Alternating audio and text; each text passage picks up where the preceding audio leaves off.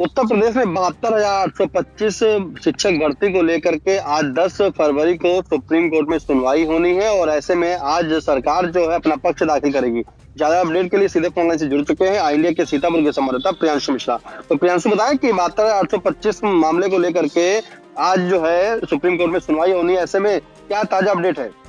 जी निशांत, आपको बताना चाहेंगे कि ये 2011 की बसपा सुप्रीमो मायावती सरकार में निकाली गई 72,825 प्रशिक्षु शिक्षक भर्ती है और ये मामला जो है पिछले 14 सालों से कोर्ट में जा रहा है। एक बार कोर्ट ने जो है 2017 में जो है सारी याचिकाएं खारिज कर दी थी और जो अभ्यर्थी थे, जो याची बने थे, उन पर जो है 100 रुपए का जुर्माना भी लगाया गया था। लेकिन लगातार अभ्यर्थी जो है मांग कर रहे थे कि उनके जो है कट ऑफ से अधिक नंबर है, इसीलिए उन्हें याची लाभ दिया जाए और इसको लेकर लगातार इधर हम अगर देखा जाए तो लगातार दिसंबर से सुनवाई चल रही है और आज जो है 10 फरवरी को माना जा रहा है कि 1:45 बजे सुप्रीम कोर्ट में जो है कोर्ट नंबर 11 में जस्टिस संजय करोल और जस्टिस प्रसन्ना बी वराले की कोर्ट में एक अहम सुनवाई होनी है। और इस सुनवाई से पहले आपको बता दें कि ये सुनवाई क्यों महत्वपूर्ण मानी जा रही है। दरअसल आपको बता दें कि पिछली जो सुनवाई हुई थी 29 जनवरी को, उसमें राज्य सरकार ने जो है उसमें सुप्रीम कोर्ट ने राज्य सरकार से जवाब मांगा था। 14,851 ऐसे अभ्यर्थी जो 25 जुलाई 2017 से पहले याची बने थे और इधर 16 दिसंबर 2025 तक जो याची बने थे, जिन्होंने किसी माध्यम से कोर्ट में जो है पहुंचे थे। इसके अलावा जो नोडल अधिवक्ता है प्रशांत शुक्ला की ईमेल आईडी पर भी अपना विवरण भेजा था, वो अभ्यर्थी 14,851 की लिस्ट में शामिल किए गए थे और उनका जो डाटा है वो सुप्रीम कोर्ट बार एसोसिएशन की ऑफिशियल वेबसाइट पर अपलोड किया गया था और एक जो है जो सूची थी वो एएसजी ऐश्वर्या भाटी को सौंपी गई थी और सुप्रीम कोर्ट ने उनसे कहा था कि आप जो है इसका जो है अध्ययन कीजिए। तो उन्होंने 20 दिन का समय मांगा था, जिस पर सुप्रीम कोर्ट ने कहा था 20 दिन का समय काफी ज्यादा है, आपको 10 दिन का समय लिया जाता है। आप अपने सरकार में बैठे जो अधिकारी हैं उनसे बात करिए कि कितने अभ्यर्थियों को वो नौकरी दे सकते हैं। और इसको लेकर आपको बता दें कि अभी 2 दिन पहले एक अहम बैठक भी हुई थी जिसमें जो है प्रमुख सचिव बेसिक शिक्षा, अगर मैं बात करूं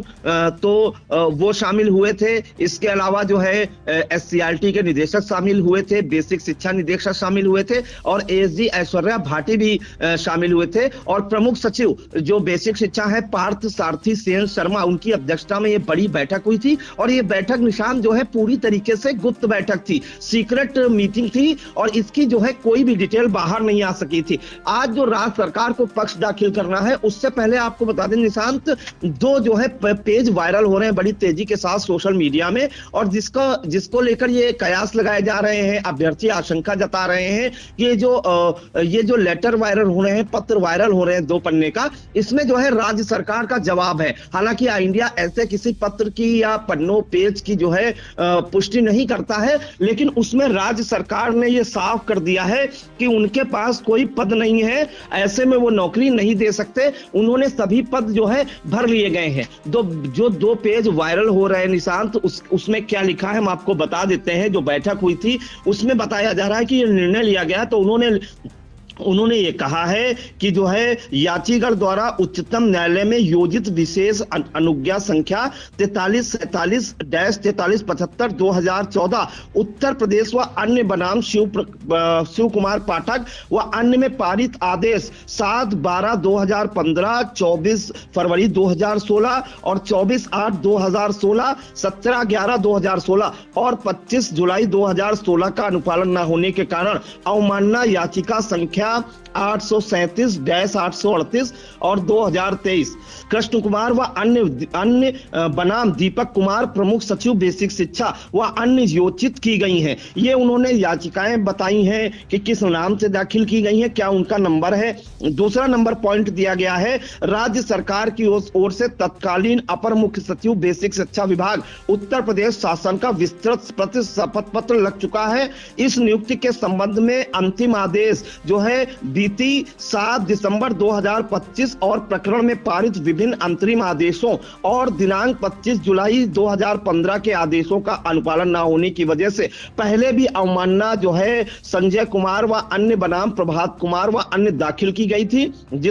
जिसे माननीय उच्च न्यायालय द्वारा 13 दिसंबर 2019 को पारित आदेश का प्रभावी अंश निम्नलिखित है। सरकार ने जो पक्ष दाखिल करना है उसके बारे में उसने लिखा है, मोटी मोटी बात जो निशान में बता देता हूं कि माननीय उच्च न्यायालय द्वारा दिनांक 25 जुलाई 2017 को पारित आदेश के संबंध में अवगत कराना है कि 72,825 प्रशिक्षु शिक्षक चयन 2011 में 66,655 प्रशिक्षु शिक्षकों की नियुक्ति हुई है और 6170 पद रिक्त है, जिसमें अनुसूचित जाति के 3,358 और अनुसूचित जनजाति के 1,107 पद रिक्त थे। इस प्रकार कुल रिक्त पदों में 4,665 अनुसूचित जाति और अनुसूचित जनजाति के पद रिक्त थे और उच्चतम न्यायालय द्वारा दिनांक 25 जुलाई 2017 को पारित आदेश के पश्चात बेसिक शिक्षा परिषद के अधीन संचालित परिषदीय विद्यालयों में सहायक अध्यापक के पद पर चयन नियुक्ति की कार्रवाई की गई, जिसका विवरण निम्नलिखित है। कौन कौन सी भर्ती योगी सरकार ने कराई है इसका विवरण निशान दिया है और यह माना जा रहा है कि राज्य सरकार मूड में नहीं है अभ्यर्थियों को नौकरी देने की।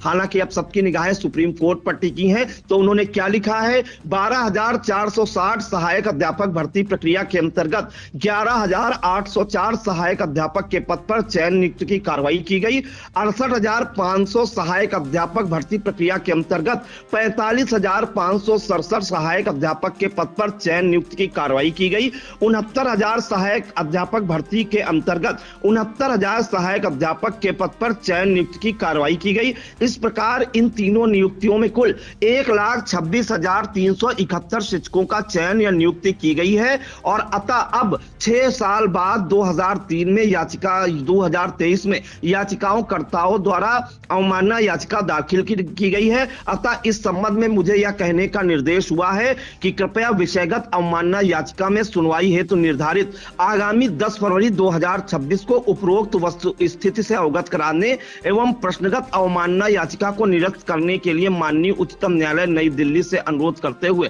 मामले में प्रभावी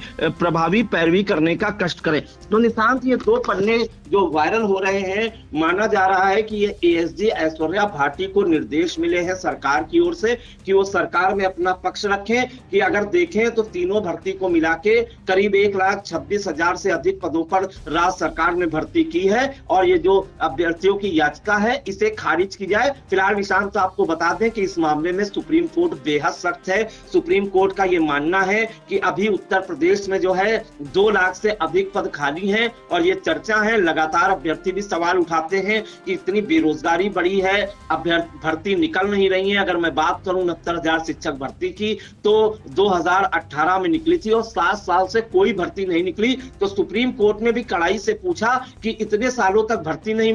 निकली तो उत्तर प्रदेश में शिक्षकों की कमी कैसे नहीं है। फिलहाल आज जो सुनवाई होनी है निशांत, उसमें अभ्यर्थियों ने सुप्रीम कोर्ट में डेरा डाल दिया है। वकील बताया जा रहा है कि अभ्यर्थियों की ओर से जो अधिवक्ता है वो तगड़ी बहस करने को तैयार है और ये माना जा रहा है कि आज की सुनवाई के बाद जो सरकार जब तक जवाब दाखिल करेगी, सरकार ये मोटी एक बात निकलकर सामने आ रही है कि सरकार जो है इस याचिका को निरस्त करवाना चाहता है जो 72,825 शिक्षक भर्ती से जुड़ी है और सरकार का कहना है कि उनके सभी पद पूर्ण हैं। लेकिन दूसरी ओर अगर अभ्यर्थियों की बात करें तो समय समय पर जो है वो मुद्दा उठाते हैं कि लगातार जो है उत्तर प्रदेश में शिक्षक भर्ती नहीं निकाली गई। 2018 के बाद से कोई ऐसी बड़ी भर्ती नहीं निकली है और उसके बाद सुप्रीम कोर्ट का ये भी माना जा रहा है कि उत्तर प्रदेश में शिक्षकों के लाखों पद खाली हैं। तो ऐसे में ये जो 14,851 की लिस्ट है उसमें से कितने लोगों को नौकरी आप दे सकते हैं, ये मांगा है जवाब में और उसका जवाब आज राज्य सरकार दाखिल करेंगे। जो सरकारी अधिवक्ता है ऐश्वर्या भाटी वो दाखिल करेंगी। अब देखना होगा कि सुप्रीम कोर्ट जो है इन अभ्यर्थियों का भविष्य जो है क्या तय करता है, क्या ये याचिकाएं खारिज होंगी या फिर सुप्रीम कोर्ट याचिका लाभ देने की मूड में है। बिल्कुल, ये बहुत ही बड़ी ताज़ा अपडेट इस वक़्त हमारे संवाददाता प्रियांशु मिश्रा दे रहे थे, जहाँ पर आज 72,825 शिक्षक भर्ती मामले को लेकर के सुप्रीम कोर्ट में सुनवाई होनी है और राज्य सरकार को अपना पक्ष रखना है। लेकिन बता दें कि जो अभ्यर्थी हैं वो इस वक़्त जो है सुप्रीम कोर्ट के बाहर उन्होंने डेरा डाल दिया है। वो क्योंकि आर-पार लड़ाई के मूड में भी हैं, क्योंकि जहाँ पर सरकार अपने जवाब दाखिल करेगी और जो 2 पन्ने वायरल हो रहे हैं, उसके पन्ने की हकीकत भी जो है हमारे संवाददाता प्रियांशु मिश्रा ने बताया। और सुप्रीम कोर्ट के अब जो निगाहें सभी अभ्यर्थियों की 72,125 अभ्यर्थी शिक्षक मामले को लेकर के अब सभी की निगाहें जो है वो सुप्रीम कोर्ट पर ही टिकी हुई है कि क्या फैसला आता है। फिलहाल इस महत्वपूर्ण अपडेट के लिए प्रियांशु आपका धन्यवाद। जी धन्यवाद।